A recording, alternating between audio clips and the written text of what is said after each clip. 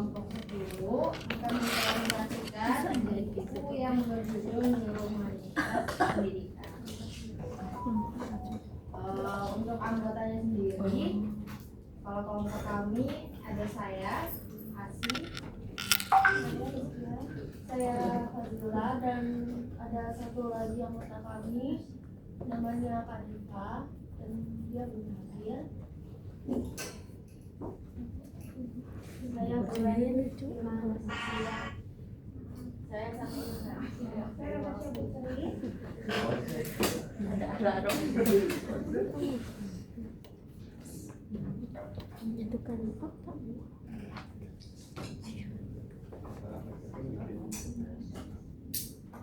Baik, ringkasan buku yang pertama dari bab 1 yang berjudul Paradoks Pendidikan Modern.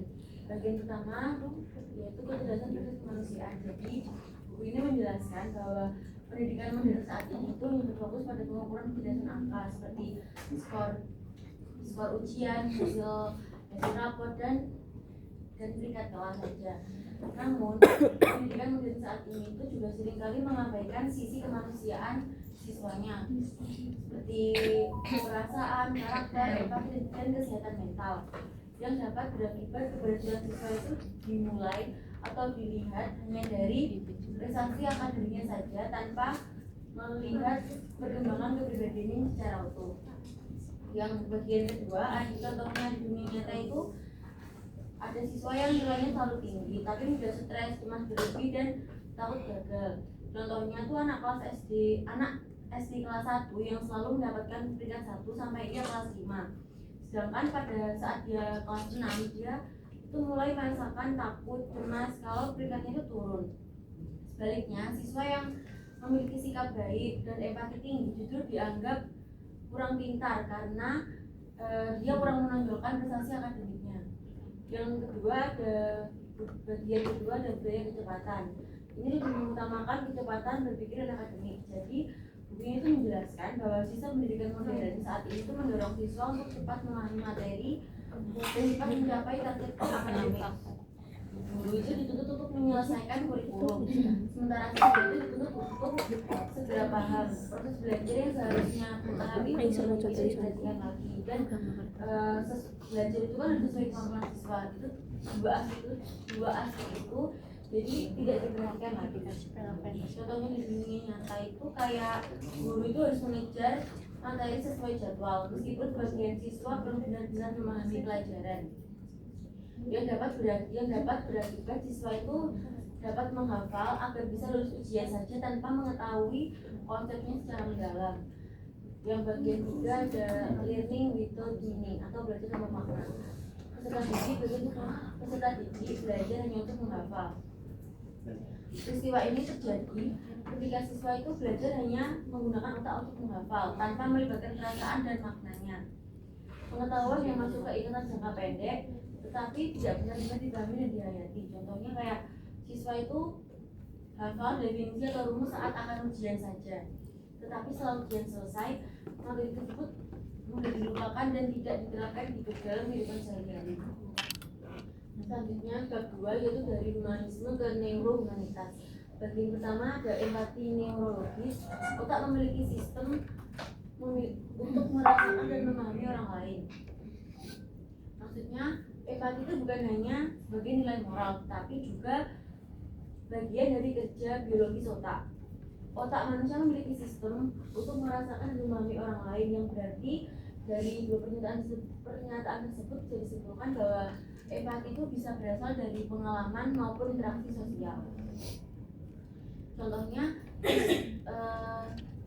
guru yang mampu memahami kondisi emosional siswa atau moodnya siswa itu akan lebih bijak dalam mengajar, misalnya memberi waktu istirahat atau pendekatan personal saat siswa sedang jenuh atau terlihat bosan. Dan bagian kedua ada interpersonal neurobiologi, yaitu hubungan antara guru dan anak mempengaruhi proses belajar. Maksudnya di sini hubungan antara guru dan murid itu tidak bersifat sosial, tapi juga mempengaruhi cara kerja otaknya dan mempengaruhi proses belajarnya. Rasa aman dan nyaman yang diterima siswa itu membuat otak siswa lebih mudah menerima pembelajaran. Sebaliknya, jika ada rasa takut dan tekanan justru membuat dan menghambat proses belajar. Contohnya, siswa lebih berani bertanya dan aktif berdiskusi dengan guru yang terlihat baik, ramah, sabar, dan tidak menghakimi kesalahan. Di bagian 3 yaitu paradigma Cana, model pembelajarannya melalui 4 tahap: aware, connect, reflect, dan transform. Cana sendiri merupakan model pembelajaran yang menekankan proses kesadaran dan perubahan. Pembelajaran tidak hanya soal transfer ilmu, tapi juga proses membangun hubungan dan refleksi diri. Tahapan dan contohnya seperti yang pertama ada aware. Aware itu contohnya siswa menyadari perasaan dan kondisi kalau dirinya itu sedang belajar, sedang melakukan pembelajaran. Yang kedua ada connect. Guru membangun hubungan yang positif dengan siswa. Yang ketiga ada reflect. Siswa diajak merenungkan pengalaman belajar. Dan yang terakhir ada transform, yaitu terjadi perubahan sikap, pemahaman, dan perilaku.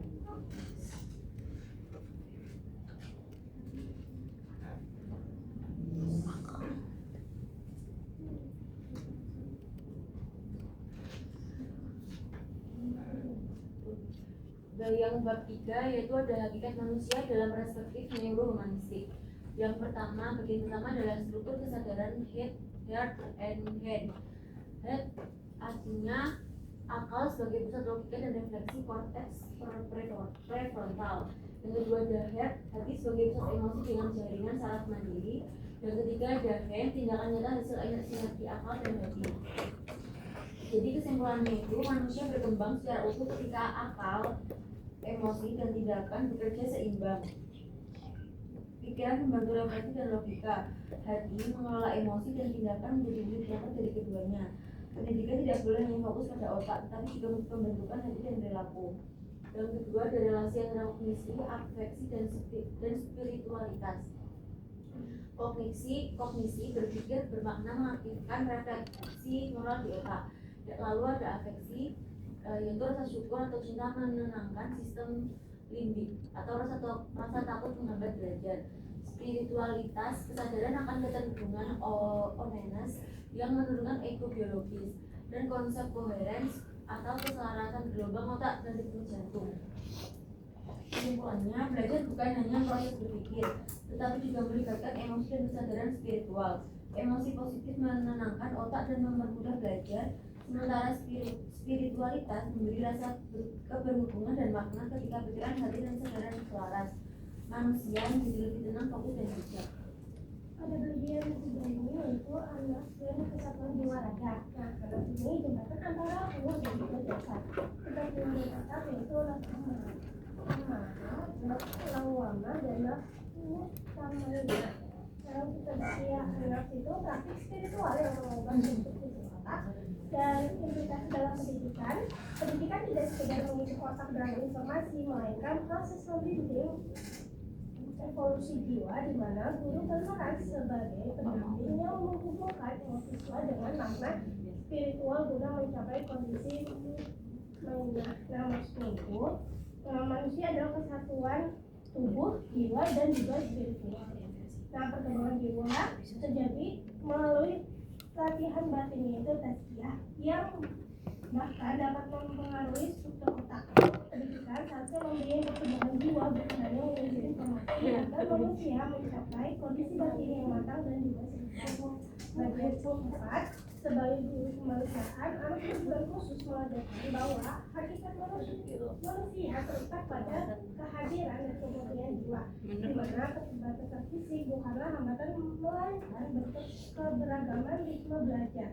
Melalui interaksi yang jujur dan resonansi batin, mereka belajar kesabaran serta ketulusan untuk memahami bahwa pendidikan sendiri adalah perayaan atas setiap jiwa agar tumbuh sesuai jati dirinya yang utuh. Jadi kesimpulannya itu, pendidikan sejati adalah proses memanusiakan manusia. Dulu bukan hanya belajar materi, tetapi pendampingan pertumbuhan batin siswa. Keberagaman kemampuan anak adalah kekayaan, bukan hambatan. Tugas pendidikan adalah membantu setiap anak tumbuh sesuai jati dirinya dengan sabar, tulus, dan penuh empati.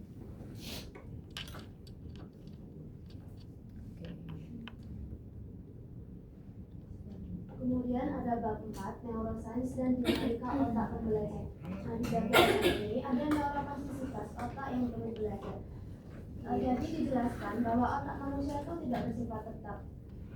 Jadi dulu orang menganggap itu kemampuan seorang ditentukan sejak lahir, tapi neuroscience membuktikan bahwa otak bisa berubah sepanjang hidup. Ini yang disebut neuroplastisitas. Jadi setiap kali kita belajar, otak membentuk koneksi baru antar sel saraf. Kalau koneksi itu digunakan, dia akan semakin kuat. Kalau jangan digunakan, ya jadi tumpul. Jadi belajar itu mengubah struktur otak.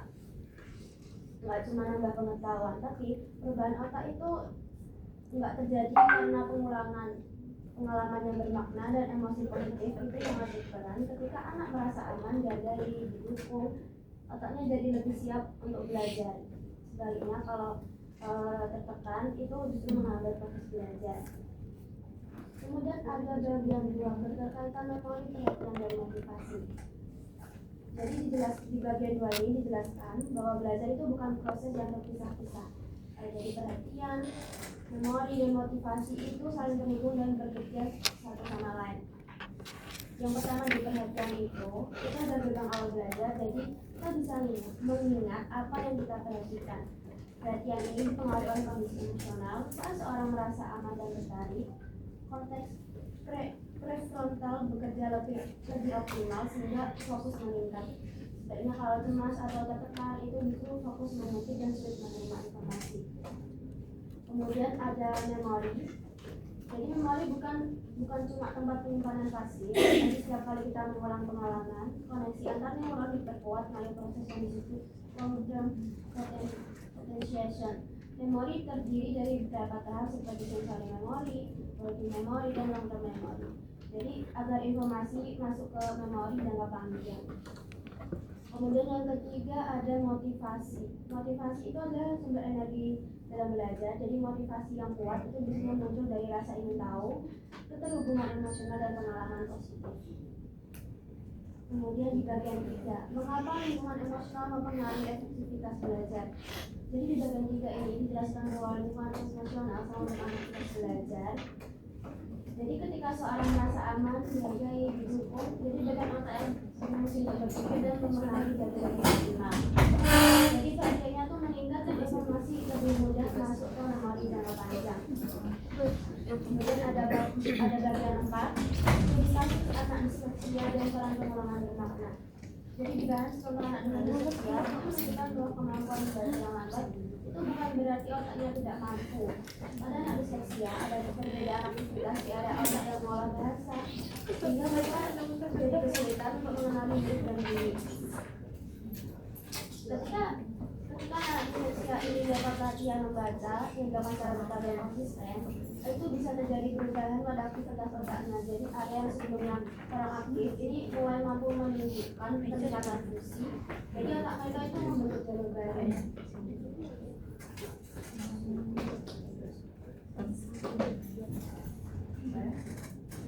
Kemudian ada bab 5, emosi, kesadaran, dan pembelajarannya bermakna. Yang pertama ada bagian 1, sistem limbik dan korteks prefrontal. Jadi dijelaskan bahwa proses belajar tidak bisa terpisahkan dari emosi. Jadi dalam otak itu ada sistem limbik yang berperan dalam mengatur emosi, termasuk rasa takut, senang, atau cemas. Jadi di sisi lain ada korteks prefrontal. Ini berfungsi berpikir rasional, mengatur perhatian, merencanakan tindakan, dan mengontrol diri. Jadi bagian ini berperan penting dalam memahami materi pembelajaran. Masalahnya ketika emosi negatif terlalu kuat, sistem limbik bisa mendominasi dan membuat korteks prefrontal tidak bekerja optimal. Jadi anak akan sulit fokus dan memahami pelajaran. Kemudian di bagian 2 ada emotional regulation dan resilience. Dibahas di bagian 2 ini pentingnya kemampuan mengatur emosi atau emosi regulation dalam proses belajar. Mengatur emosi berarti seorang mampu mengenali, memahami, dan mengendalikan perasaannya, terutama saat menghadapi tekanan atau kegagalan. Dalam konteks pendidikan, anak yang mampu mengelola emosinya itu tidak mudah panik ketika menghadapi tugas sulit. Jadi dia bisa tetap tenang dan mencoba lagi dan mencari solusi. Kemampuan ini berkaitan dengan kerja konteks prefrontal yang membantu mengontrol respon emosional dan dari sistem limbik. Selain itu ada juga resilience, ini kemampuan untuk bangkit setelah mengalami kesulitan. Resilience ini membuat anak tidak langsung menyerah ketika gagal, tapi justru melihat kesalahan sebagai bagian dari proses belajar. Jadi emotional regulation dan resilience ini saling berkaitan. Jadi anak yang bisa mengatur emosinya mudah untuk membangun resilience, dan resilience untuk agar proses belajar tidak terhenti hanya ketika satu kegagalan. Kemudian ada bagian tiga, belajar berbasis empati. Jadi bagian tiga ini ditekankan bahwa pembelajaran yang bermakna harus dibangun di atas empati, yaitu kemampuan memahami dan merasakan kondisi emosional siswa. Empati bukan hanya sekedar sebagai hati, tapi menjadi fondasi terciptanya lingkungan belajar yang aman, nyaman, dan suportif. Empati membuat siswa merasa dilihat dan dihargai sebagai pribadi, bukan hanya sekedar angka atau nilai. Ketika anak merasa dipahami, ia lebih percaya diri dan lebih terbuka dalam proses belajar. Secara neuroscience, empati membantu menciptakan rasa aman. Jadi rasa aman ini menenangkan sistem emosional dan memungkinkan bagi otak yang sudah berpikir dan memahami berdasarkan optimal. Kemudian ada praktik di kelas ABK. Di bagian 4 ini dibahas penerapan belajar berbasis emosi dan kesadaran di kelas ABK. Jadi belajar harus dibangun dari suasana yang aman, penuh penerimaan dan tidak menghakimi agar siswa merasa nyaman dan percaya diri. Di kelas ABK, pertama yang penting adalah menciptakan rasa aman. Anak-anak kebutuhan khusus sering lebih sensitif terhadap perubahan tekanan atau nada suara. Jadi guru perlu membangun suasana yang tenang, konsisten, dan bisa diprediksi. Rutinitas yang jelas membantu mereka merasa nyaman. Selain itu, pendekatan belajar perlu disesuaikan dengan kebutuhan masing-masing anak. Jadi tidak bisa disamaratakan, ada yang lebih mudah belajar visual, ada yang membedakan, ada yang perlu waktu lebih lama. Jadi peran guru bukan memaksa anak mengikuti ritme kelas, tapi menyesuaikan metode agar anak bisa bertemu sesuai potensinya.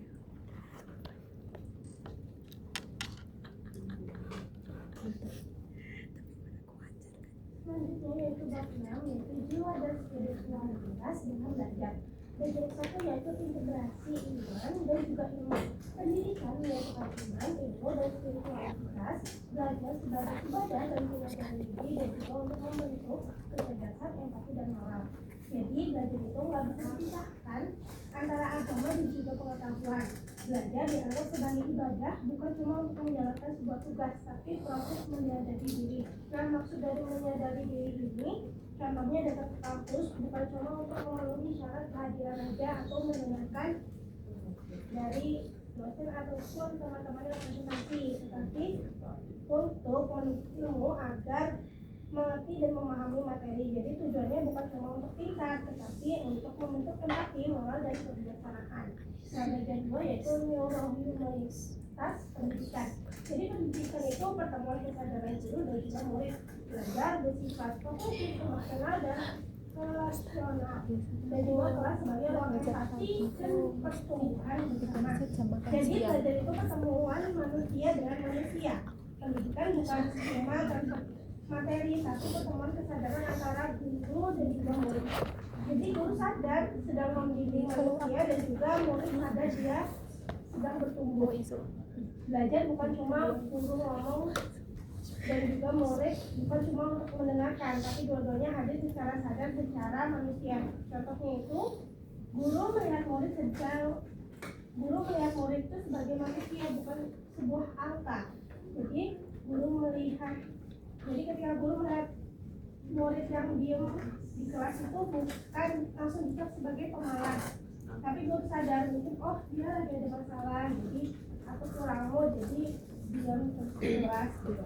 Jadi guru bisa memberikan ruang untuk anaknya ataupun kayak menanyakan, kamu pengen belajar hari ini, jadi ditanyakan mau dicintai apa enggak. Jadi di situ terjadi pertemuan kesadaran guru hadir sebagai manusia dan murid merasa dilihat sebagai manusia. Belajar jadi hubungan, bukan cuma transaksi.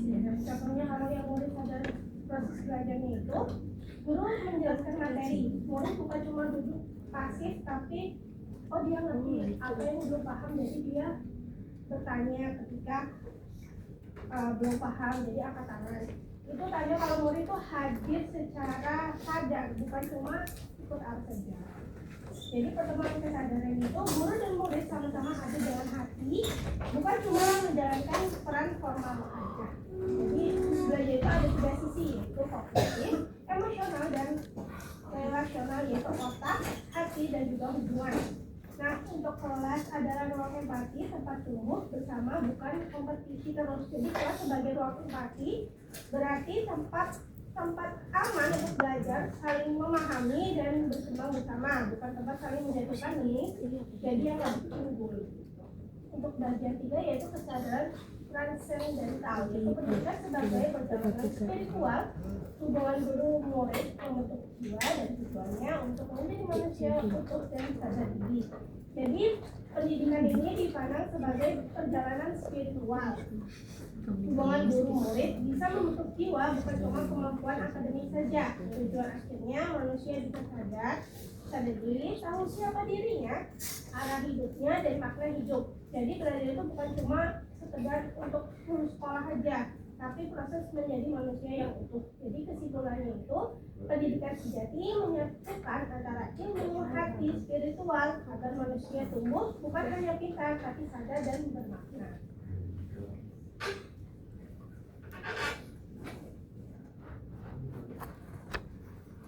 Kemudian pada video ini kita menjelaskan pembelajaran berbasis kesadaran yang menjelaskan bahwa belajar bukan sekedar menambah pengetahuan, tapi proses kesadaran untuk memahami diri dan dunia. Pendidikan yang hanya mengejar nilai sering merupakan makna belajar. Karena itu, belajar perlu mengaktifkan emosi, hubungan sosial, dan refleksi melalui kerangka Cana yang sudah dibagi menjadi 4 tahapan yang sudah dijelaskan oleh Safira tadi, yaitu tahap duel, tahap connect, tahap reflect, dan tahap transfer. Guru yang sadar bukan sekedar mengajar, tetapi pendamping yang hadir dengan empati dan ketenangan, terutama bagi anak berkebutuhan khusus seperti disleksia. Cana bekerja dengan memperkuat regulasi emosi, perhatian, dan motivasi intrinsik, sehingga anak belajar tanpa takut salah dan memahami bahwa setiap anak memiliki cara tumbuh yang berbeda.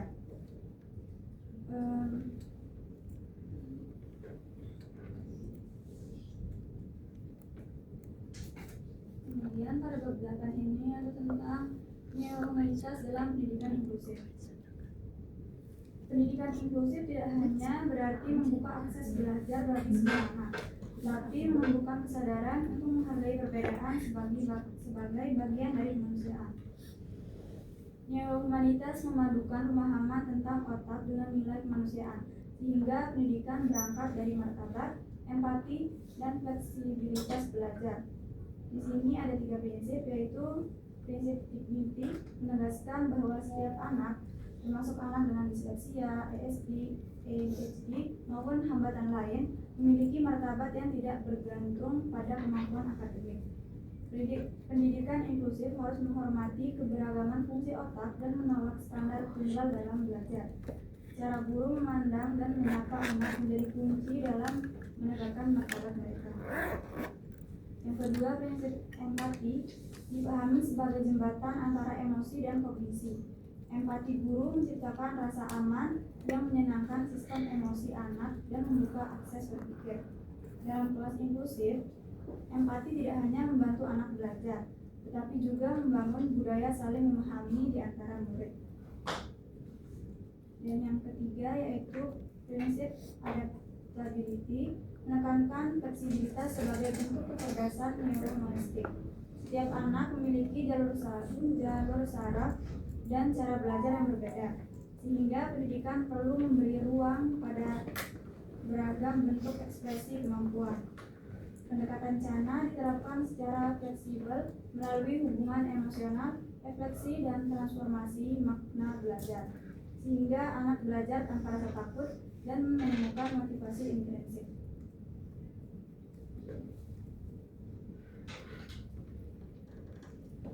Kemudian yang ke-9 ada hakikat manusia dalam perspektif neuromonistik.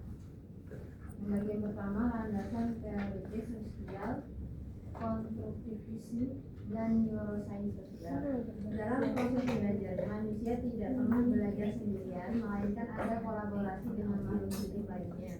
yang mana saraf manusia dalam belajar juga beresonansi dan disebut sebagai neuroscience sosial oleh Vygotsky.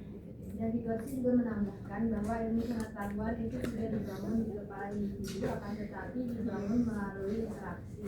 Intinya, belajar adalah peristiwa relasional dan bukan individual. Dan ketika manusia berinteraksi, otak mereka tidak hanya memproses informasi, tetapi juga mencoba memahami batin orang lain. Melalui perspektif pendidikan dan dari pendapat Vygotsky dan Kakyoko, dapat diambil kesimpulan bahwa dalam proses belajarnya, manusia tidak pernah belajar sendirian, melainkan ada kolaborasi dengan makhluk hidup lainnya. Kemudian otak dan hati manusia diciptakan untuk saling berinteraksi. Dalam hal ini bisa terlihat adanya interaksi inklusi anak di dalam kelas, yang mana setiap anak yang memiliki kemampuan yang berbeda saling belajar satu sama lain. Mereka saling membantu di dalam kegiatan pembelajaran. Aktivitas sederhana ini menjadi laboratorium kolaborasi bahasa, visual, dan emosi. Dan ketika mereka tertawa hanya karena salah satu kesalahan kecil, itu menjadi ilmu manusiawi. Jadinya mereka belajar dua hal sekaligus, yaitu neural flexibility dan social bonding. Kemudian ada pendidikan individualistik yang memisahkan anak dari pengalaman sosial, bukan hanya keliru secara moral, tetapi juga bertentangan dengan hakikat saraf dan otak manusia. Hal ini sesuai dengan beberapa pendapat, yaitu pikiran adalah hasil dari sejarah manusia. Kemudian makna terdalam dari pembelajaran kolaboratif dalam konteks neurohumanitas adalah belajar yang berjiwa. Artinya apa? Yaitu pembelajaran di mana anak saling mengisi, bukan saling menjatuhkan. Dan guru bukan lagi pusat otoritas, melainkan fasilitator kesatuan.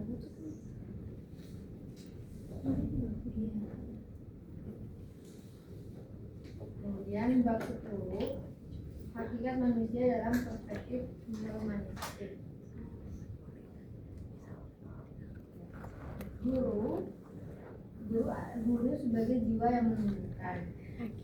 Dialog adalah jargon kemanusiaan, yaitu ketika dua orang saling mendengarkan dengan empati, maka aktivitas saraf mereka mulai selaras. Bagian otak yang terkait dengan empati dan refleksi diri menjadi aktif secara bersamaan.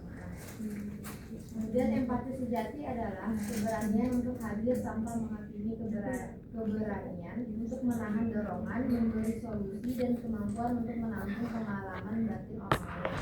Dalam neurohumanitas, pendidikan itu dipadukan dan ditransformasikan menjadi bentuk kesadaran yang menyatukan ilmu, hati, dan tindakan. Pendidikan yang berakar pada dialog dan empati menciptakan ruang aman bagi pikiran dan jiwa. Inilah alasan mengapa dialog hangat di kelas jauh lebih bermakna daripada pelajaran panjang tanpa hati. Kemudian empati menyalakan kembali api belajar pada anak yang sebelumnya padam karena rasa takut gagal. Hal ini bisa terjadi jika guru bukan hanya menyalahkan siswa atas kegagalan yang mereka lakukan, tetapi guru juga memberi dorongan positif, motivasi, dan membantu sehingga anak tersebut mau mengulang kembali dan tidak takut untuk mencoba lagi. Tetapi dikarenakan guru juga manusia, maka guru juga memerlukan mutual empati. Kemudian mengajar dengan kehadiran penuh adalah praktik kesadaran spiritual yang paling nyata. Peran kehadiran guru sangat penting di mata para muridnya. Dalam konsep neurobiologis, guru menjadi CEO regulator emosi anak-anak yang pada akhirnya mengajar dengan kehadiran guru bukan hanya tentang teknik, tetapi juga tentang kehidupan.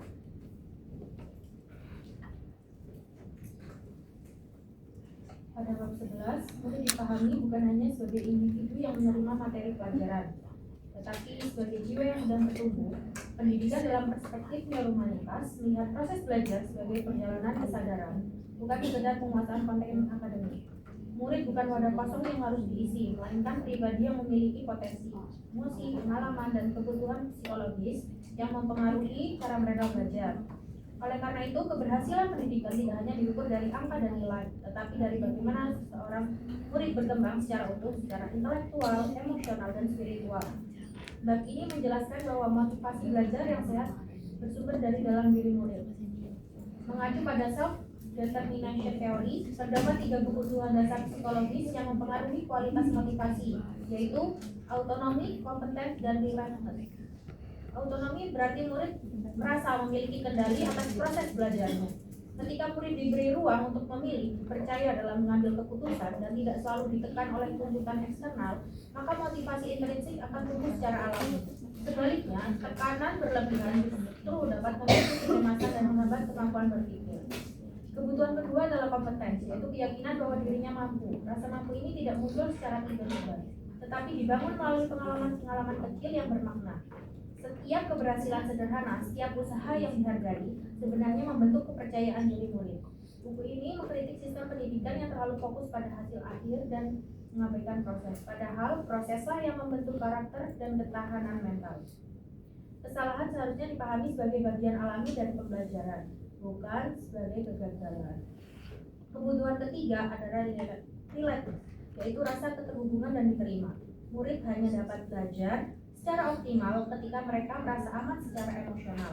Hubungan antara guru dan murid memiliki peran yang sangat besar dalam menciptakan rasa aman tersebut.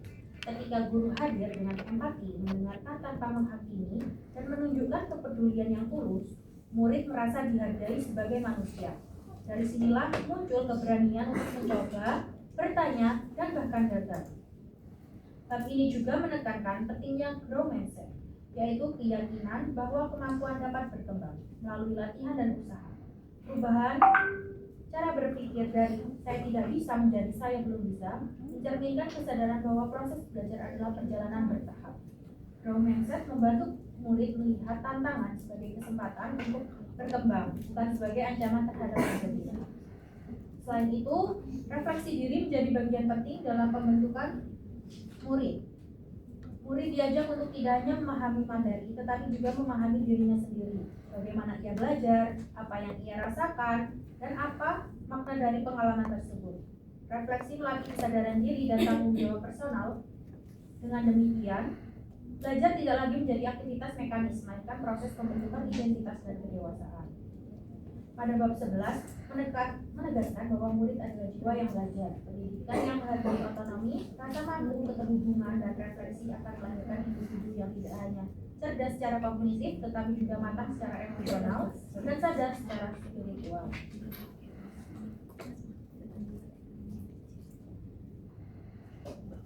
Pada bab 12, pendidikan sebagai jalan menuju sosial. Memperluas pemahaman kita bahwa pendidikan tidak hanya berdampak pada individu tetapi juga pada masyarakat secara keseluruhan. Pendidikan dipandang sebagai ruang sosial yang memiliki potensi menyembuhkan luka-luka kolektif di tengah realitas modern yang penuh tekanan, kompetensi, dan keterasingan. Sekolah seringkali menjadi cerminan kondisi sosial tersebut. Jika pendidikan hanya berfokus pada capaian akademik, maka ia beresiko memperkuat tekanan, bukan mengurangi. Dalam perspektif neurohumanitas, manusia adalah makhluk sosial yang berkembang melalui hubungan. Suasana emosional itulah sangat mempengaruhi kualitas pembelajaran. Ketika lingkungan belajar dipenuhi ketakutan, perbandingan, dan tekanan, murid akan belajar dalam kondisi tertekan. Namun ketika suasana kelas dibangun atas dasar empati, saling menghargai, dan dialog terbuka, maka proses belajar menjadi lebih sehat dan bermakna. Pendidikan sebagai jalan penyembuh sosial berarti menjadikan sekolah sebagai ruang aman untuk bertumbuh. Guru tidak hanya berperan sebagai penyampai materi, tetapi juga sebagai figur yang menghadirkan kehadiran emosional. Sikap belas kasih, kesabaran, dan kemampuan mendengarkan menjadi bagian dari proses pendidikan itu sendiri. Melalui relasi yang sehat, murid belajar tentang empati, toleransi, dan kepedulian. Bab ini menegaskan bahwa pendidikan memiliki tanggung jawab membangun kesadaran sosial. Sekolah seharusnya tidak hanya menghasilkan individu yang pintar secara intelektual, tetapi juga manusia yang peduli terhadap lingkungan sosialnya, empati, solidaritas. Ketika murid belajar untuk memahami perbedaan, menyelesaikan konflik secara dialogis, dan bekerja sama, maka pendidikan telah berperan dalam membangun masyarakat yang lebih harmonis. Penyembuhan sosial dimulai dari relasi kecil di dalam kelas, interaksi antara guru dan murid, antara murid dengan murid lainnya, membentuk pola hubungan yang akan dibawa ke masyarakat luas. Dengan demikian, pendidikan memiliki kekuatan transformasional, bukan hanya mencerdaskan tetapi juga memanusiakan.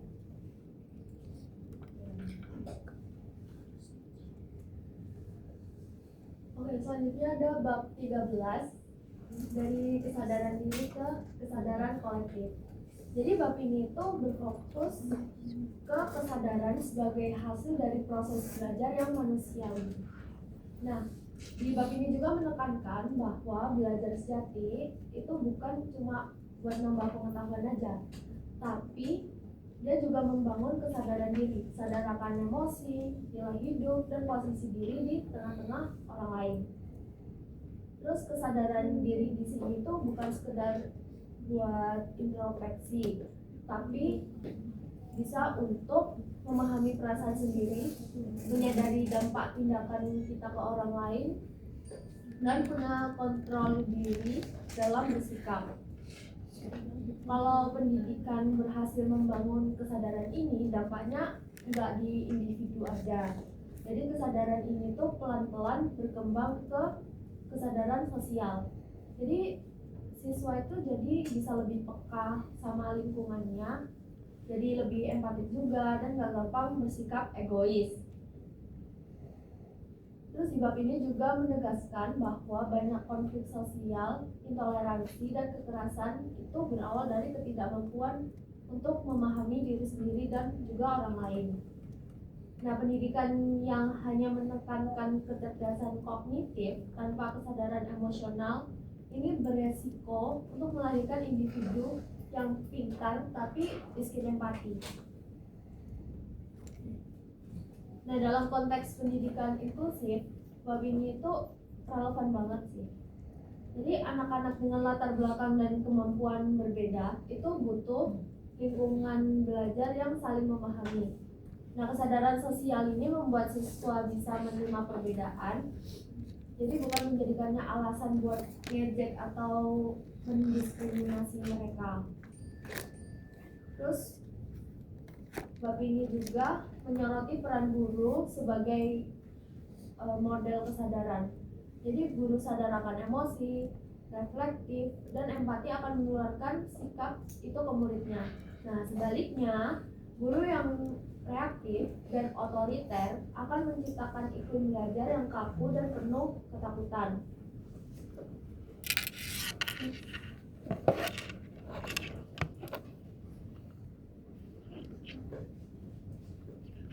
Selanjutnya ini adalah bab terakhir dari buku ini, yaitu bab 14, epilog, belajar untuk menjadi cahaya.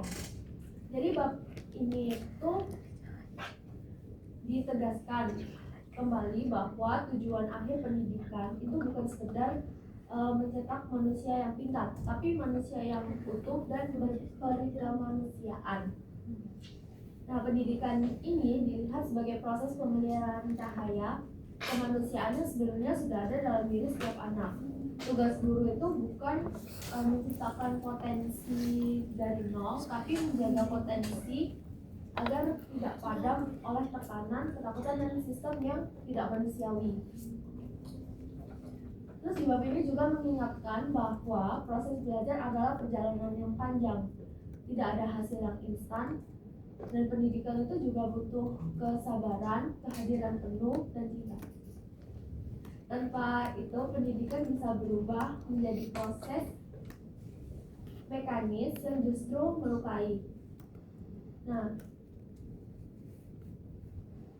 jadi di bab ini itu mengajak kita, para pembaca, untuk merefleksi diri. Apakah kita belajar hanya untuk lulus atau untuk menjadi manusia yang lebih sadar dan bertanggung jawab? Jadi pendidikan yang neurohumanistik tidak berhenti di ruang kelas. Nilai empati, kesadaran, dan kepedulian harus terbawa sampai ke kehidupan sosial. Dengan begitu, pendidikan bisa berkontribusi pada masyarakat yang lebih adil dan beradab. Oke, jadi sebenarnya kesimpulan dari semua bab yang ada di buku ini itu ngajarin kita kalau pendidikan itu enggak cuma soal nilai dan kepintaran, tapi tentang proses jadi manusia yang utuh. Belajar bukan cuma kerja otak, tapi juga melibatkan perasaan dan makna hidup, atau bisa dibilang memanusiakan manusia ya. Terus lewat pendekatan neurohumanitas, kita jadi lebih paham kalau suasana belajar yang aman, hubungan yang baik, dan empati itu sangat berpengaruh ke cara belajar seseorang. Nah, guru itu bukan cuma buat penyampaian materi, tapi orang yang ikut membentuk rasa percaya diri dan kesadaran murid. Intinya, pendidikan yang baik itu bukan yang bikin orang cepat paham, tapi bisa bikin orang tumbuh, sadar diri, dan peduli secara sesama.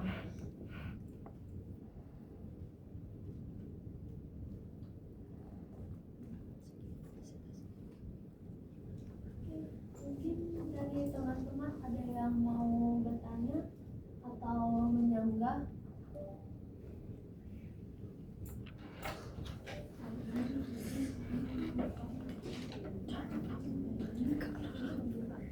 Gantian.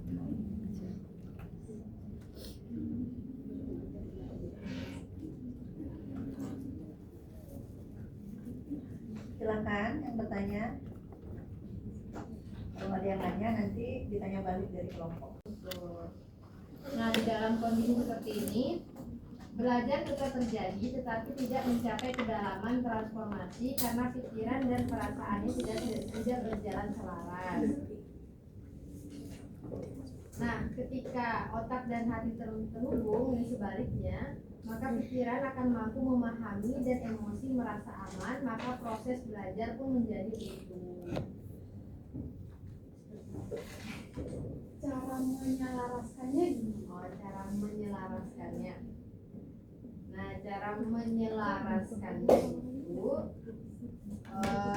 bisa jadi dia diharuskan fokus sebelum belajar. Jadi mulai menata dirinya, kayak meyakinkan dia belajar ini untuk apa, sehingga dia tuh dapat menimbulkan ketertarikan dari dalam dirinya. Kamu di TikTok atau di Shopee? Mau lihat Wego yang saya tanya Wego dulu ya. Oke. Aku mau jawab pertanyaan dari Nanda. Tadi kan kamu bilang, kamu bertanya, apakah sistem ujian nasional yang bersifat individual ini masih relevan nggak sih buat mengukur kecerdasan seseorang? Jadi sebenarnya itu bisa dibilang masih relevan. Kenapa? Karena itu masih sesuai sama konsep buku yang udah dijelasin sama Asli tadi. Kalau belajar itu terjadi lewat interaksi dan hubungan, jadi bukan cuma usaha sendiri aja. Nah, ujian itu masih bisa dan sangat penting buat mengukur pemahaman akademik, tapi nggak adil kalau itu tuh si ujian itu dijadiin patokan gitu loh, buat mengukur kalau dia itu pintar atau dia bakalan sukses. Nah, karena itu masih banyak kemampuan lain yang bisa diukur.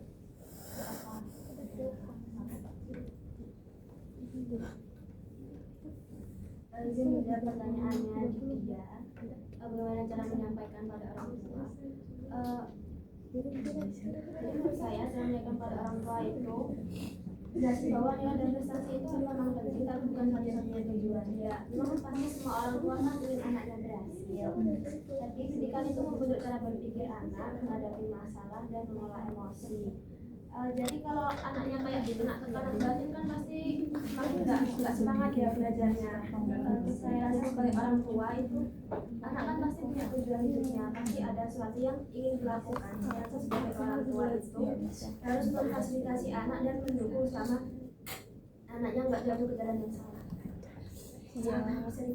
Misalkan itu tadi kan kamu menyampaikan ke orang tua. Nah itu tuh kamu bentuknya seperti apa? Kayak menyampaikan secara misal kayak di posyandu atau kayak bentuk sosialisasi? Mungkin bisa ke sosialisasi atau konservatuan. Kalau agama ada sanggahan. Anak ditembak, gak dituntut, gak berprestasi, gak dihapus.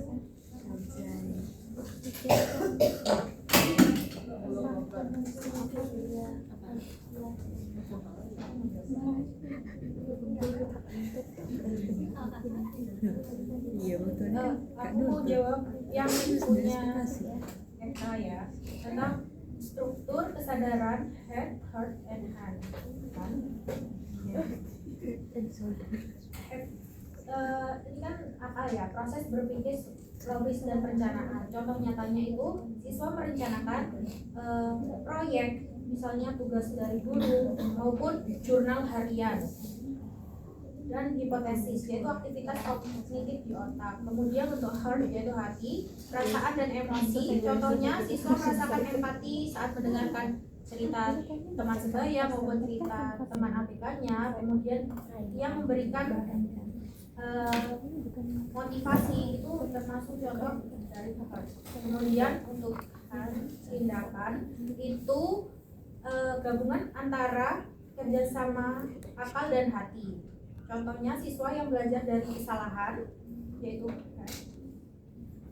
akal dan merasa termotivasi dari hati. Kemudian membantu teman, tindakan membantu teman dalam kelompok inklusif itu termasuk tindakan sosial. Kemudian membangun kesadaran kolektif. Contohnya seperti itu kurang lebih. Terima kasih.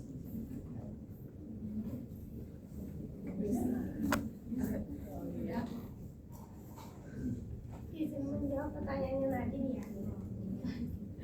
Pertanyaannya kan di dalam penjelasan tadi ada ilmu yang nggak sesuai dengan satu agama. Bagaimana cara guru mengajarkan ilmu tersebut di keimanan orang lain yang berbeda agama.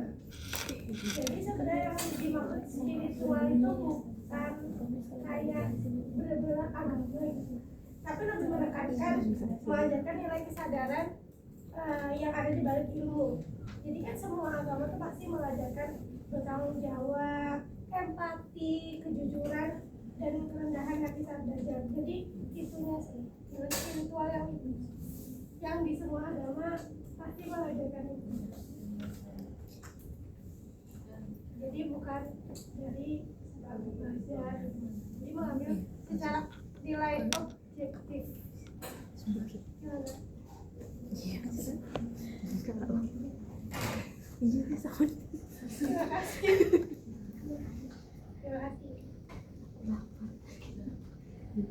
Itu jawab pertanyaan Yulia. Bagaimana merangkai dana tahap aware, connect, reflect, dan harus diterapkan secara nyata di kelas inklusif. Yang pertama itu aware itu kan siswa menyadari yang mereka pelajari, apa yang mereka rasakan dan bagaimana kemampuan mereka. Tahapannya itu yang pertama dari stimulasi kesadaran. Guru memantik pertanyaan tentang pemahaman atau emosi siswa. Yang kedua yang studi yaitu siswa mengenali apa yang sudah dan belum dipahami. Dan yang ketiga ekspresi kesadaran siswa menyampaikan kondisi belajarnya dengan cara yang sesuai kemampuannya. Contohnya itu saat guru mengajar tentang materi pecahan atau matematika, guru bertanya kepada siswa bagian mana yang masih membuat kalian bingung. Lalu siswa menulis di buku refleksi dengan menggunakan kartu emoticon dan menjelaskan perasaannya apa yang dibingunginya. Lalu tahap connect yaitu siswa menghubungkan materi dengan pengalaman pribadi, kehidupan nyata atau pengetahuan sebelumnya. Tahapannya yang pertama mengaitkan dengan pengalaman pribadi, lalu menghubungkan dengan pengetahuan sebelumnya dan mengaitkan dengan kehidupan sosial, termasuk keberagaman di dalam kelas. Izin menambahkan.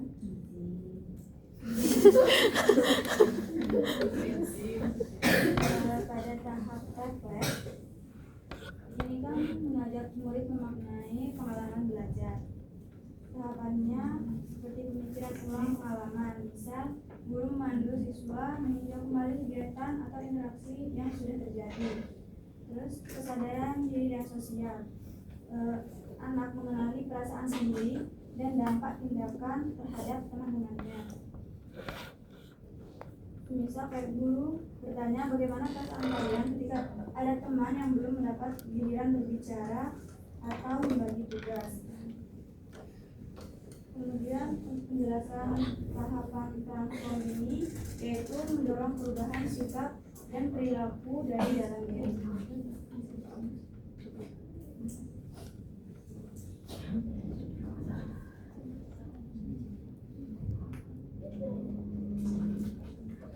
Baik, sekian dari kelompok kami. Terima kasih. Mohon maaf apabila ada kesalahan kata. Wassalamualaikum warahmatullahi wabarakatuh. Waalaikumsalam warahmatullahi wabarakatuh.